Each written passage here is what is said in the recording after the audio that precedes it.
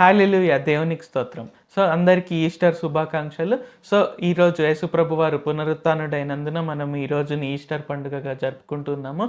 ఈరోజు అందరికీ ఆనందకరంగా ఉండాలని, ఈ రోజు నుండి అందరూ ప్రతి ఒక్కరు కూడా దేవుని ఆనందంతో, దేవుని సంతోషంతో, దేవుని శాంతి సమాధానాలతో జీవించాలని నేను కోరుకుంటున్నాను. ఈరోజు మనకు యేసుప్రభు వారు పరిశుద్ధ గ్రంథం నుండి ఇస్తున్న వాగ్దానం పేతురు రాసిన మొదటి పత్రిక, మొదటి అధ్యాయం 3, 4 వచనాలు. మన ప్రభువగు యేసుక్రీస్తు తండ్రి అయిన దేవుడు స్తుతింపబడును గాక.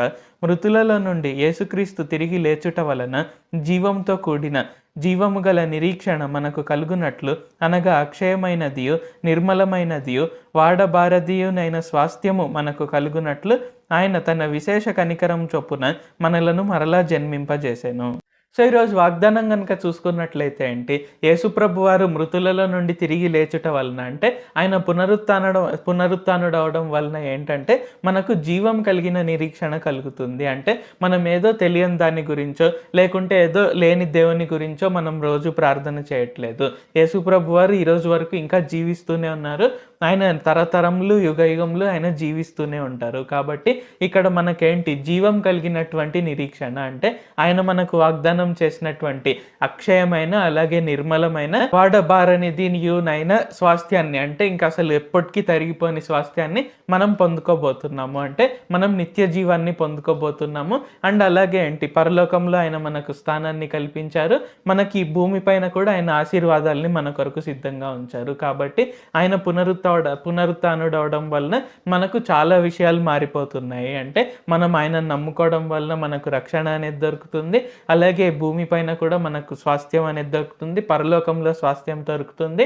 ఇక్కడ ఏంటి ఆ స్వాస్థ్యం ఎలాంటిదంటే అది నిర్మలమైన అక్షయమైన అలాగే వాడబారనిదియునైన స్వాస్థ్యం అన్నమాట. సో, ఇక్కడ ఏంటంటే ఆయన ఇంత గొప్ప ఆశీర్వాదాలు ఈరోజు మనకు దయచేస్తున్నారు. కాబట్టి ఈ రోజున ఈస్టర్ సందర్భంగా యేసుప్రభు వారు పునరుత్థానుడైనాడు అనే దాని గురించి మనం పండుగ జరుపుకుంటున్నాం. కాబట్టి ఇక్కడ ఏంటంటే మనకు జీవం కలిగినటువంటి నిరీక్షణ ఉంది అని ఇక్కడ యేసుప్రభు వారు మనకందరికీ గుర్తు చేస్తున్నారు. కాబట్టి మనం ఏదైనా కొన్ని అనుకోకుండా ఇబ్బందులు అవి ఇవి ఎదురైతే మనం యేసుప్రభు వారిని విడిచిపెట్టకుండా, దేవా మీరు నాకు స్వాస్థ్యాన్ని అనుగ్రహించారు తండ్రి, మీ చిత్తం పరలోకమందు నెరవేరినట్లు భూమి యందు నెరవేరుతుంది. కాబట్టి నాకు స్వాస్థ్యాన్ని భూమి పైన కూడా దయచేయండి, నన్ను ఆశీర్వదించండి, ఈ కష్టాలు ఇబ్బందులు లేకుండా తీసివేయండి అని ప్రార్థన చేస్తే ఆయన ఖచ్చితంగా చేస్తారు. ఎందుకంటే మనం నిరీక్షిస్తున్నది జీవం గల దేవుని గురించి. కాబట్టి అన్నీ ఖచ్చితంగా ఆయన చేస్తారు. మనల్ని ఖచ్చితంగా గొప్పగా ఆశీర్వదిస్తారు.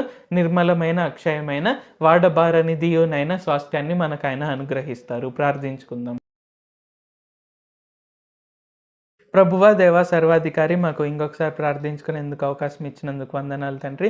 మీరు మా కొరకే చేసిన ప్రతి ఒక్క మేలుని బట్టి మీకు వందనాలు, స్తుతులు, స్తోత్రాలు తండ్రి. ఈరోజు వాగ్దానంని బట్టి వందనాలు తండ్రి.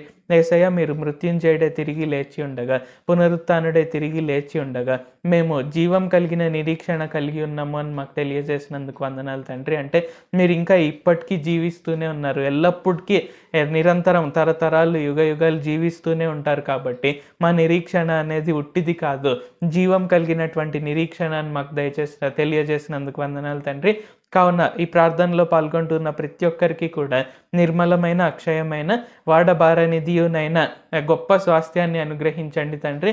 మేమందరం కూడా గొప్ప స్వాస్థ్యాన్ని పొందుకొని పరలోకంలో అలాగే భూమి పైన కూడా మేము పొందుకొని గొప్పగా ఆశీర్వదించబడుటకు సహాయం చేయండి. నజరేయుడైన సర్వశక్తి గల యేసుక్రీస్తు నామంలో ప్రార్థిస్తున్నాం తండ్రి. ఆమేన్. Thank you Jesus.